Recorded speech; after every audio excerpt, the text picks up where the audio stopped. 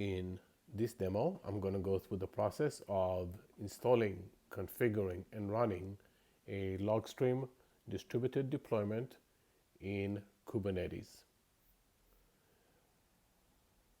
For this installation, I'm first going to start by installing on my Mac a Homebrew, simply copying this line into my terminal.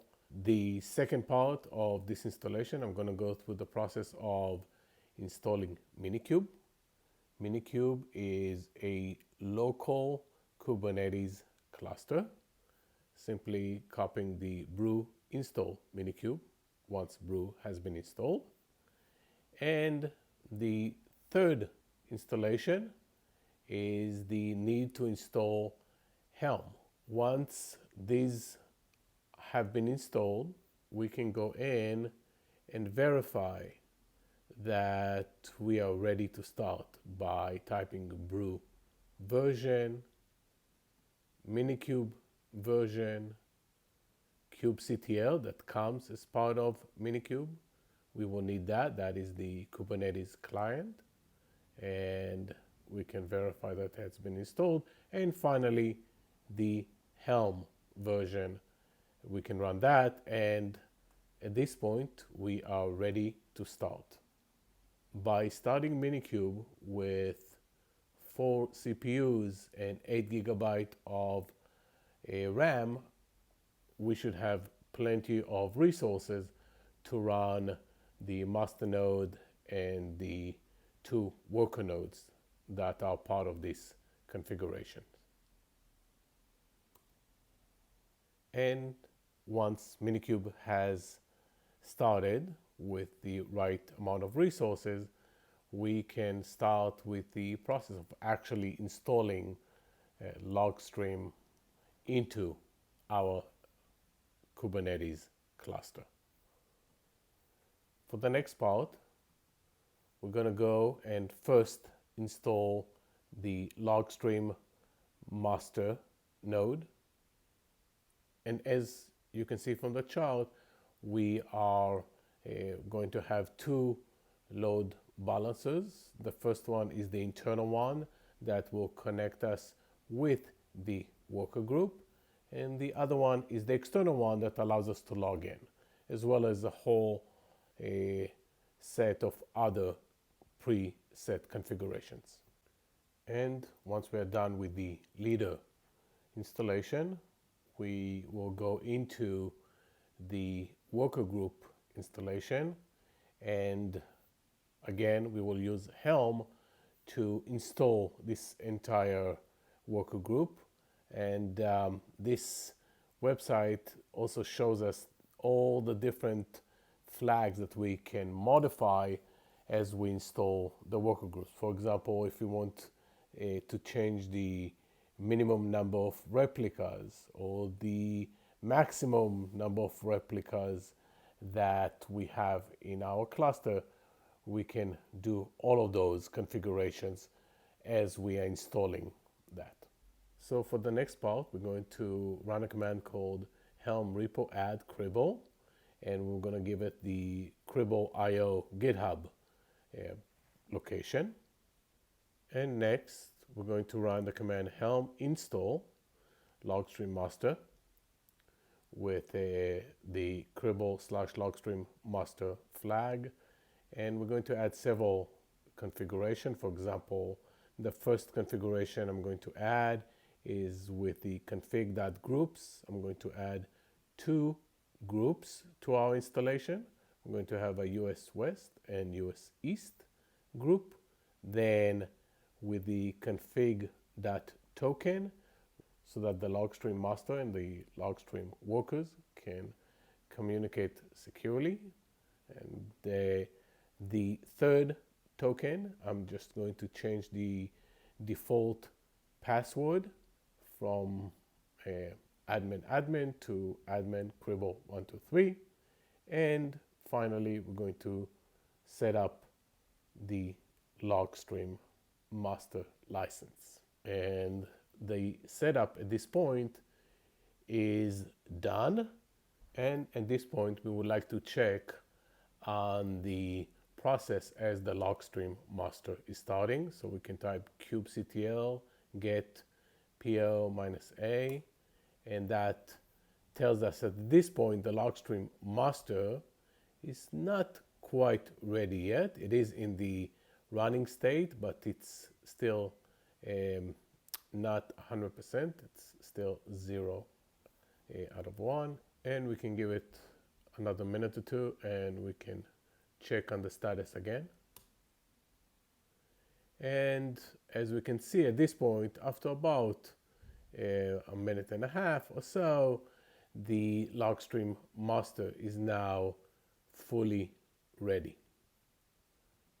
Also, another very useful command is the kubectl get services, which allows us to see the IPs. At this point, it's the cluster IPs for the LogStream master external load balancer and the LogStream master internal load balancer. As we mentioned, the internal is the one that we're going to use to connect the workers to the master.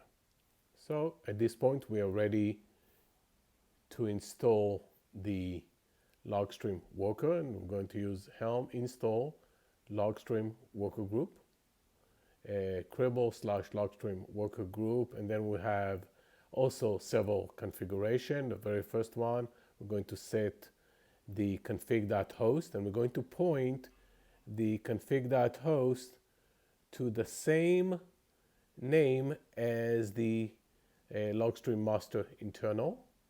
And so that connection is done. And then we're going to also set up the token to match the same one that we set up on the master.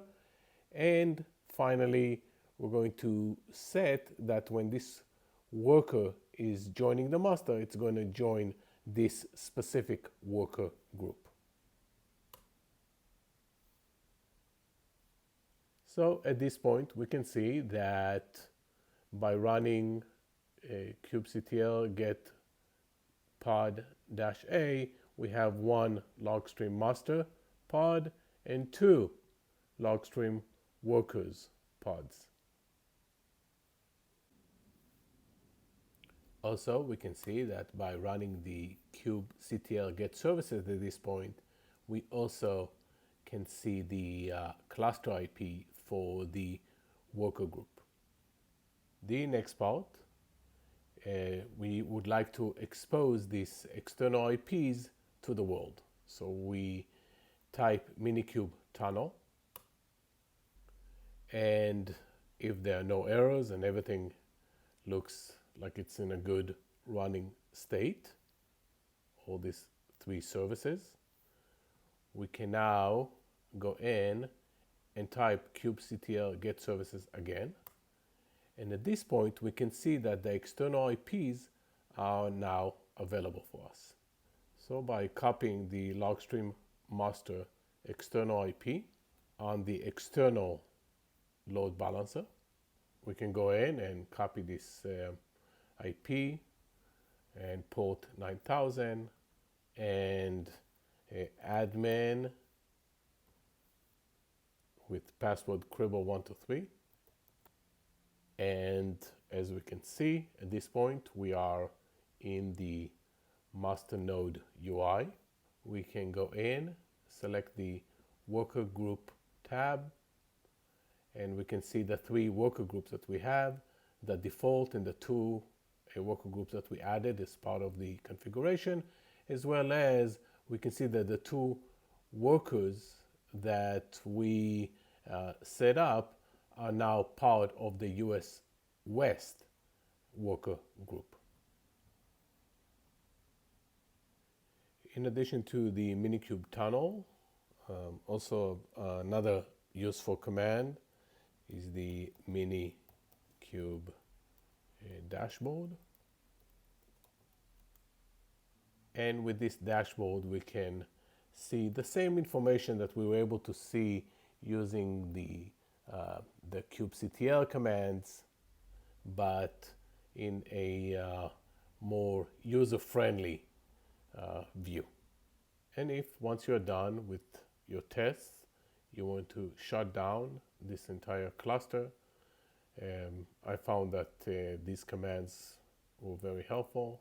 Helm uninstall LogStream master, or Helm uninstall LogStream worker group, as well as minikube stop and minikube delete.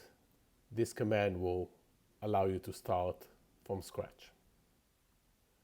With that, I hope you will find this video helpful, and thank you.